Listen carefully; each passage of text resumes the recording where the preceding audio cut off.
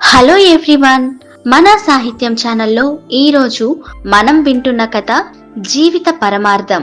కథ రాసిన వారు ఆర్సి కృష్ణస్వామిరాజు, చదువుతున్నవారు బివి సుకన్య.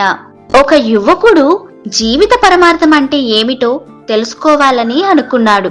దానికోసం ఎంత ఖర్చు అయినా భరించాలని అనుకున్నాడు. అనేక దూర ప్రాంతాలకు వెళ్లి పెద్ద పెద్ద గ్రంథాలయాల్లోని పుస్తకాలను తిరగేశాడు. మేధావులుగా గుర్తింపబడిన పెద్దలను కలిశాడు. చర్చల్లో పాల్గొన్నాడు. ఎన్నో సమావేశాలకు హాజరయ్యాడు. ఎక్కడా సరైన సమాధానం దొరకలేదు. ఏ గురువునైనా ఆశ్రయిస్తే సమాధానం దొరుకుతుందని కొందరు మిత్రులు సలహా ఇచ్చారు. ఎక్కడైనా మంచి గురువు దొరుకుతాడేమోనని వెతుక్కుంటూ అడవిలోకి వెళ్ళాడు. వెదకగా నదీ తీరాన ఒక ఆధ్యాత్మిక గురువు కూర్చుని ఉండటం కనిపించింది. ఆ గురువు ముఖంలో తేజస్సు కనిపించింది. తనకి సరైన సమాధానం ఆ గురువు వద్ద దొరుకుతుందని చాలా సంతోషపడ్డాడు. దగ్గరకు వెళ్లి నమస్కరించి తన మనసులోని భావం చెప్పాడు. తనను శిష్యుడిగా గుర్తించమన్నాడు.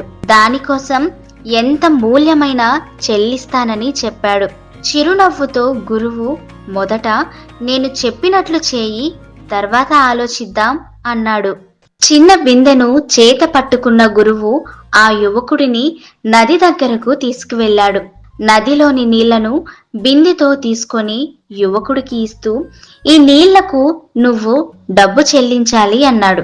ఆ యువకుడు వింతగా చూస్తూ, నది ఎవరికీ సొంతం కాదు కదా, అది ప్రకృతిలో ఒక భాగం కదా, దానికి డబ్బులు ఇవ్వమంటున్నారేమిటి అని ఆశ్చర్యంగా అడిగాడు.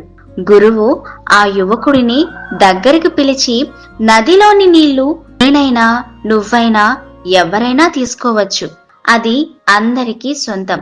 ఓపికగా కూర్చొని ప్రశాంతంగా ఆలోచించు. జీవిత పరమార్థం తెలుసుకోవడానికి మాత్రం నా అవసరం ఏముంది? అది నీకు నీవుగా లోతుకు వెళ్ళి తెలుసుకునేది.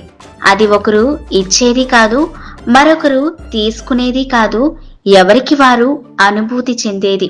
దాని ఖరీదు అమూల్యం అన్నాడు. నిజమే, అది ఎక్కడో దొరికేది కాదు, డబ్బు ఖర్చు చేస్తే వచ్చేది కాదు, శోధించడం ద్వారా మనకు మనం తెలుసుకునేది అని అవగాహన చేసుకున్న ఆ యువకుడు అక్కడి నుంచి ముందుకి కదిలాడు. సో ఫ్రెండ్స్, విన్నారు కదా జీవిత పరమార్థం కథ. మీకు నచ్చిందని అనుకుంటున్నా. మరొకసారి మర్చిపోయి ఉంటే మన సాహిత్యం ఛానల్ ని సబ్స్క్రైబ్ చేసుకోండి.